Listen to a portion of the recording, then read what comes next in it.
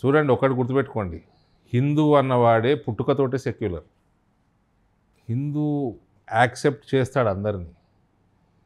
ఇది హిందూ 80% హిందూ దేశం కాబట్టి సెక్యులర్గా ఉంది.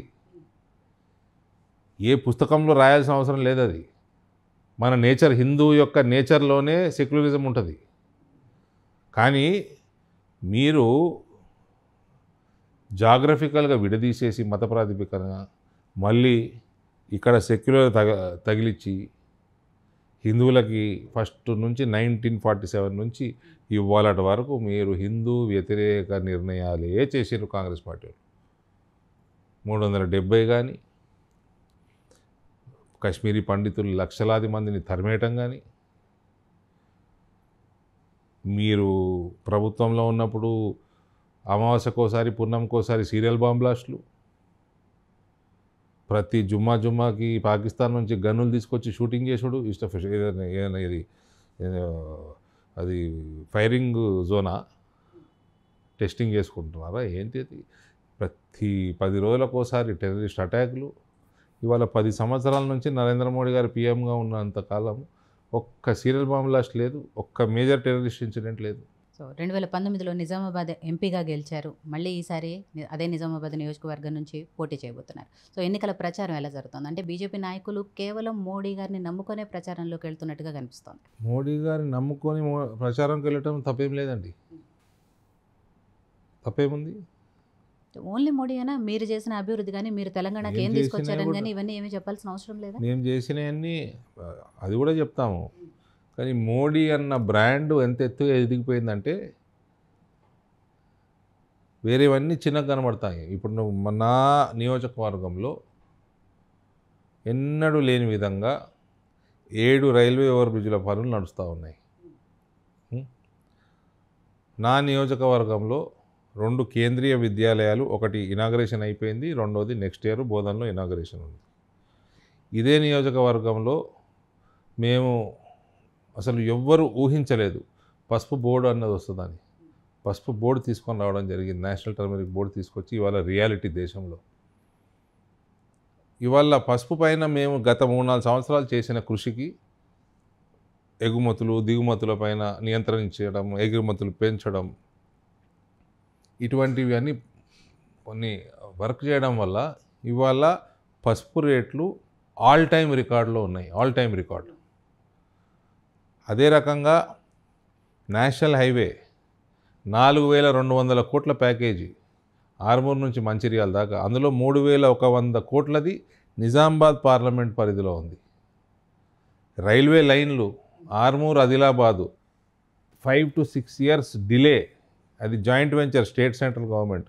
స్టేట్ గవర్నమెంట్ కేసీఆర్ ప్రభుత్వం కోఆపరేట్ చేయక, సంతకం పెట్టక, అది 5-6 సంవత్సరాలు డిలే అయినాక టోటల్ సెంట్రల్ గవర్నమెంట్ ఫండ్తో ఆర్మూర్ ఆదిలాబాద్ లైన్ అవుతుంది. బోధన్ బీదర్ లైన్ అవుతూ ఉంది. బీదర్ ఒక మేజర్ జంక్షన్గా కాబోతూ ఉంది రైల్వేస్లో. అదే రకంగా ముత్కేడ్ నుంచి కర్నూలు డోన్ దాకా డబులింగ్ పనులు నడుస్తూ ఉన్నాయి. అది మొత్తం తెలంగాణ నుంచి పోతూ ఉంది లైన్, అది నిజామాబాద్ పై నుంచి పోతుంది. ఇవన్నీ అయిపోయాక కొత్త రైళ్ళు ఉత్తర భారతానికి, పశ్చిమ భారతానికి కొత్త రైళ్ళు, ప్లస్ మన అయోధ్య కాశీకి కూడా విపరీతమైన ట్రాఫిక్ పెరిగింది. సో ఇవన్నిటిని కూడా సఫైస్ చేయడానికి మనకి ఈ రైల్వే లైన్లు ఉపయోగపడతాయి. రైల్వే స్టేషన్లన్నీ ఆధునీకరణ చేయటము, ఇన్ని వేల కోట్ల వర్కులు నడుస్తుంది. మోడీ గారి ఆశయాల కోసం రాజకీయాల్లోకి వచ్చిన వాళ్ళుగా ఇవాళటి వరకు ₹1 అవినీతి ఆరోపణ, ఒక మచ్చ మాకు అంటుకొని లేదు. అదే రకంగా ఇవన్నీ చేస్తూ కేంద్ర పథకాలు ఇండివిజువల్స్కి, సెల్ఫ్ హెల్ప్ గ్రూప్స్కి 6300 కోట్ల రూపాయలు మా పార్లమెంట్ నియోజకవర్గంలో సెల్ఫ్ హెల్ప్ గ్రూప్స్కి లోన్స్ ఉన్నాయి కేంద్రం నుంచి. అంటే ప్రతి గ్రూప్కి 12 నుంచి 13 లక్షల లోను సగటున ఉంది. దానిపైన 5% వడ్డీ రాయితీ ఉంది. దాదాపు 70,000 ఉజ్వల కనెక్షన్లు ఉన్నాయి. దాదాపు 8 లక్షల ప్రజలకి ఇక్కడ 4 లక్షల జీవిత బీమా మోడీ గారి స్కీమ్స్లో ఉన్నాయి. 2.5 లక్షల కిసాన్ సమ్మాన్ నిధి ఉంది, 41,000 స్వనిధి స్ట్రీట్ వెండర్స్ చిరు వ్యాపారులకు లోన్లు ఉన్నాయి, 15,80,000 ప్రజలకి ఫ్రీ రేషను నిజామాబాద్ పార్లమెంట్లో అందించడం జరుగుతూ ఉంది.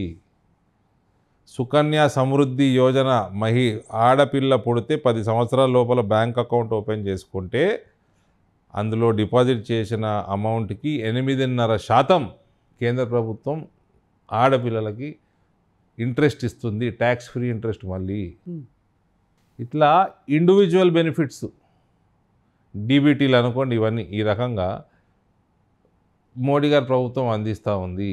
రైతులకి ప్రతి ఎకరాకి 19,000 రూపాయలు సబ్సిడీ, ఫర్టిలైజర్ యూరియాల మీద సబ్సిడీ ప్రతి ఎకరాకి ఇస్తుంది. మళ్ళీ అది అదనంగా 6,000 రూపాయలు కిసాన్ సమ్మాన్ నిధి ఇస్తుంది. ఇవన్నీ చేసుకుంటూ ప్రతి సంవత్సరము కన్సిడరబుల్గా వరి పైన, మక్క ఎంఎస్పి పంటలపైన అన్నిటి ఎంఎస్పి పెంచుతూ ఉంది. ఎథనాల్ పాలసీ మన రాష్ట్రంలో పెట్టుకోలేదు, కానీ ఇవాళ మక్క రేట్లు కూడా పెరిగిపోయేవి. ఇక్కడ ఎంప్లాయ్మెంట్ పెంచుకునే అవకాశం కోల్పోయారు తెలంగాణ ప్రజలు. రా రైసు అంటే అది బాయిల్డ్ రైసు ఏదైతే ఉందో బ్రోకెన్ రైసు, దాంతో ఎథనాల్ తయారు చేసుకోవచ్చు, అదర్ అగ్రిబేస్ ఇండస్ట్రీస్ పెట్టుకోవచ్చు. ఇక్కడ వడ్లకి ఫుల్ వడ్లు ఇక్కడ నిజామాబాద్ ప్రాంతంలో మక్క బ్రహ్మాండంగా పండుతుంది. ఇన్ని ఇండస్ట్రీస్ ఛాన్సెస్ అన్నీ పోగొట్టుకున్నారు. ఇవన్నీ కూడా రానున్న కాలంలో చేసుకోవచ్చు. మన ఏది కేసీఆర్ ప్రభుత్వము, కేసీఆర్ కుటుంబము, ఇది మన ఏమంటారు, మన యువతకి ఉపాధి కోసము ఏదైతే ట్రైనింగ్ ఇవ్వడానికి స్కిల్ డెవలప్మెంట్ సెంటర్స్ పెడతారో అందులో స్కామ్ చేసుకోవడానికి సమయం ఉండింది, కానీ కేసీఆర్ కుటుంబానికి ఒక బ్రహ్మాండమైన స్కిల్ డెవలప్మెంట్ సెంటరు తీసుకొచ్చి పెట్టడము, ఒక పెద్ద ఎంఎన్సీల ద్వారా టైఅప్ చేయించుకోవటము దృష్టి సారించింది లేదు. ఇంకా మనం ఇప్పటివరకు నేను చెప్పినవన్నీ అవుతున్నాయి, చాలా అవ్వాల్సినవి ఉన్నాయి. రాష్ట్ర ప్రభుత్వం కోఆపరేట్ చేయలేకపోవడంలో మనం చేసుకోలేదు. ఇవన్నీ కూడా మా ప్రాంతంలో జరుగుతున్నాయి. ఎక్కడ కూడా అవినీతి లేకుండా పని చేసుకుంటున్నాం కాబట్టి వర్కులు కూడా స్పీడ్గా జరుగుతూ ఉన్నాయి, క్వాలిటీ వర్కులు జరుగుతూ ఉన్నాయి. ఇవన్నిటిపైన కూడా మోదీ గారు దృష్టి పెడుతున్నారు. ప్రతి నియోజకవర్గంలో రకరకాలుగా ఫీడ్బ్యాక్ తెచ్చుకుంటున్నారు. దాని ప్రకారమే టికెట్లు కూడా ఇస్తున్నారు. అంటే టుడే బీజేపీ టికెట్ ఇచ్చిందంటే మంచి అభ్యర్థి కింద సర్టిఫికెట్ నరేంద్ర మోడీ గారు ఇచ్చిందంటే మెజారిటీ భారతదేశ ప్రజలు ఇచ్చినట్టే. ఇన్ని చేసిన ధర్మపురి అరవింద్ గారు మొన్నటి ఎన్నికల్లో ఎమ్మెల్యేగా ఎందుకు ఓడిపోయారు? అప్పుడు అంశాలు, అసెంబ్లీ అంశాలు వేరు, పార్లమెంట్ అంశాలు వేరు. అసెంబ్లీ ఎన్నికలలో కొంచెం బీజేపీ వ్యతిరేక పవనాలు ఉండినాయి. ఇదే మా కవితమ్మ గారు అప్పుడు అరెస్ట్ కాలేదని ప్రజలు మా మీద ఏదో కోపగించినట్టు మాకు మా ఫీడ్బ్యాక్లో అందింది. సో ఈ బీజేపీ బీఆర్ఎస్ ఫ్రెండ్షిప్ అనుకొని కాంగ్రెస్ దుష్ప్రచారం చేసింది. అది కొద్ది వరకు ప్రజలలో వాళ్ళు నమ్మించడంలో వాళ్ళు సఫలీకృతమయ్యారు. కానీ ముస్లిం సోదరులందరూ బకరా అయ్యారు. ముస్లింలందరూ నిజంగా కూడా బీజేపీ బీఆర్ఎస్ ఫ్రెండ్ ఏమనుకొని మొత్తం కాంగ్రెస్కి గంపగుత్త షిఫ్ట్ అయిపోయారు. బీఆర్ఎస్ పతనానికి పోయింది. కాంగ్రెస్ వాడు కొద్దిగా 3-4 సీట్లతో ఎక్కువ గెలిచారు. సో ఇటువంటివి అయినా కూడా మా పార్లమెంట్ నియోజకవర్గంలో ఇంక్లూడింగ్ నా పర్సనల్ ఎలక్షన్ కూడా ఎక్కడ కూడా మేము కాంగ్రెస్కి బీఆర్ఎస్కి తక్కువగా ఎక్కడా లేము. ధీటుగా వాళ్ళతోటి ఈక్వల్గా ఓట్లు సంపాదించాము.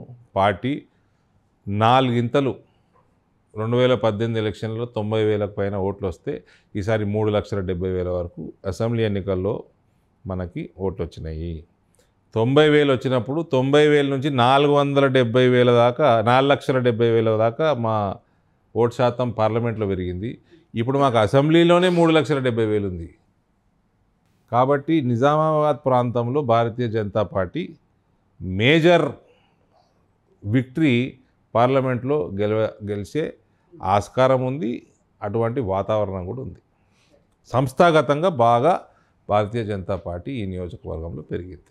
పక్కన ఆదిలాబాదు ఇది రాష్ట్రం మొత్తంలో టాప్ 2 పర్ఫార్మర్స్గా ఉన్నారు మనం.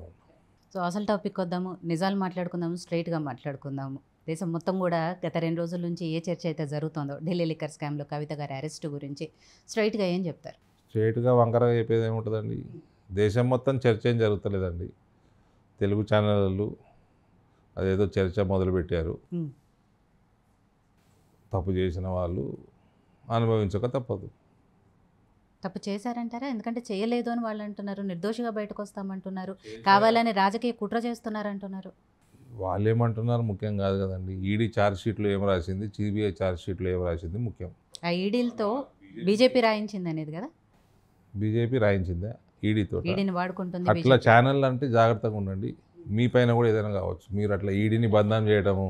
ఇప్పుడు సుప్రీంకోర్టులో కూడా కేసు డిలే అవుతూ ఉంది అంటే సుప్రీంకోర్టు కూడా బీజేపీ నడుపుతుందా? అట్లా ఛానల్లో కూడా మీరు రెస్పాన్సిబుల్గా క్వశ్చన్స్ అడగాల. ఇర్రెస్పాన్సిబుల్ అంటే యోయో ఛానల్ ఈడీని వాడుకుంటున్నారు మల్లారెడ్డి గారిది నాకు ఆప్తుడు చెప్తా ఉన్నా, రెస్పాన్సిబుల్గా అడగండి క్వశ్చన్స్. ఈడీని బీజేపీ నడుపుతుంది, సిబిఐని బీజేపీ నడుపుతుంది అంటే ఆ సిబిఐ వాడు ఈడీ వాడు ఏదో రోజు రియాక్ట్ అయ్యారు అనుకోండి, అది ఛానళ్ళకు కూడా ప్రాబ్లమే. అదే అంటున్నాను, ఈడీని బీజేపీ నడిపిస్తుందని యోయో ఛానల్ మల్లారెడ్డి గారు విజితను అడగట్లేదు. అటు కాంగ్రెస్ పార్టీ వాళ్ళు అదే చెప్తున్నారు, బీఆర్ఎస్ వాళ్ళు అదే చెప్తున్నారు. ఈడీ మోడీ చేతిలో కీలుబొమ్మగా మారింది కాబట్టి ఈడీ చేస్తున్నారు అనేది మేము అడుగుతున్నది కాదు అది అని మీరు అంటారు. వాళ్ళు అనేదానికంటే 100 రెట్లు ఎక్కువ చేస్తున్నారు ఛానల్ వారు. అందుకనే జాగ్రత్త అని చెప్తున్నా. మళ్ళీ మీరు పోయి మీరు ఆ సిబిఐ వాడు ఏమైనా చేసిండు అనుకోండి ఛానళ్ళని, అంటే నేనేం మీ మీద ఇది కాదు, ఏదన్నా ఓవర్గా చేశారనుకోండి, చేశాడు అనుకోండి, మరి మీరు ప్రాబ్లంలో పడతారు. ప్రాబ్లం వస్తే అరవింద్ గారు ఉన్నారు మాకు. అందుకనే చూడండి, మీ ఛానల్ని తక్కువ చేసి నేను మాట్లాడితే మీకు కోపం వస్తుంది. అది మీ ఇన్స్టిట్యూషన్. అట్లా ఈడీ సిబిఐ వాళ్ళ పనులు వాళ్ళు చేస్తున్నారు. వాళ్ళని కూడా రాజకీయాలకు ముడిపెట్టడం కూడా తప్పు. ఒక రెస్పాన్సిబుల్ జర్నలిజంగా ఠీకే కాంగ్రెస్ వాడు ఏదో ఒకసారి అని అంటే మీరు ఒకసారి, కానీ ప్రతి ఛానల్లోకి ఇది అలవాటైపోయిందండి. బీజేపీ నడిపిస్తుంది, బీజేపీ నడిపిస్తుంది. డిపార్ట్మెంట్లు అన్నీ పనిచేస్తున్నాయండి మోదీ గారి నాయకత్వంలో. 5,000 కోట్లు ఈడీ సీజ్ చేస్తే 2004 నుంచి 14 వరకు 1,10,000 కోట్ల దాకా 2014 నుంచి 2024 వరకు అదే ఈడీ సీజ్ చేసింది. అంటే 22 టైమ్స్ ఈడీ పని ఎక్కువ చేసింది. అదే ఈడీ కదండి. అంటే ఈ 1,10,000 కోట్లు కవితయేనా? కవితకి సంబంధం 100 కోట్లు ఉంది కాదు కదా. ఒకటి పొలిటీషియన్సే లేరు ఇందులో. పొలిటీషియన్స్ అందరికీ తిప్పి కొడితే 2% ఉంటుందేమో. 98% అదర్ పీపుల్, బ్లాక్ మనీ వేరే చోట్ల నుంచి వస్తుంది. సో వీ హ్యావ్ టు, వాళ్ళు కష్టపడి పనిచేస్తున్నారు, నల్ల సొమ్మంతా పట్టుకొస్తున్నారు. అది ఏదో రకంగా ప్రజలకు ఉపయోగపడుతుంది. So we have to appreciate them. ఎంతసేపు వాళ్ళ ఇమేజ్ని టార్నిష్ చేయకూడదండి సిబిఐది ఈడీది కానీ.